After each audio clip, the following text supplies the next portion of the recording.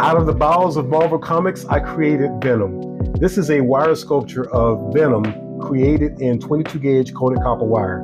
Let's talk a little bit about Venom. So we've seen Venom in recent movies over the last couple of years, but have you really thought about where he came from originally?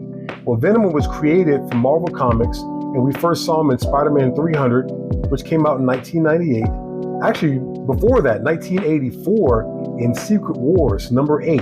So Venom was a suit that Spider-Man, Peter Parker, he got while he was on the planet where there was the huge battle with Secret Wars. It was a really cool look. It was amazing, but there was a dark side to this costume because it was an actual living symbiote. So fast forward over to 1998, that costume began to show and have a life of his own. That's when the problem started. So this was created by David Medellin and Todd McFarlane. All right, so during that time, Spider-Man truly struggled with that symbiote. All right, it wanted to take over his mind, take over his body, and control him.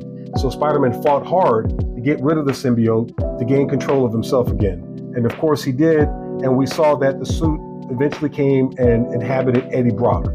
Now, the problem with the symbiote was that it gave Eddie Brock an incredible amount of strength, wall crawling, shape-shifting, camouflage, and since it was already part of Spider-Man at one point for a period of time, it was immune to Spider-Man's spider sense, so he could not feel any danger coming from that suit. And it also had regeneration. Now, we've seen the movies where Eddie Brock was portrayed, and he was a reporter, kind of down on his luck, and they had 3 different movies that showed Venom.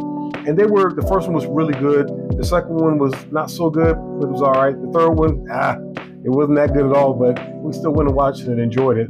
But we watched Venom kind of achieve, something that we haven't seen a lot in a lot of movies with new characters. He had a trilogy, which was really cool. So I created him in wire, and I backed him with Venom number 8. You can see there. Actually, Venom number 6. So this is a wire sculpture of Venom created. You can see some of the details. I gave him the big eyes, exaggerated eyes, the long tongue, and made it where he's, wreaking havoc. And he's backed by a plexiglass display with a comic book inside on a wood base. So this is a one-of-a-kind sculpture of Venom mounted on the display. So if you are a fan of Venom, if you watched the movies, and if you've watched them in Marvel Comics, let me know. Please give me a like, follow, subscribe, and share. And let me know which platform that you watch and which comic's your favorite, because there's quite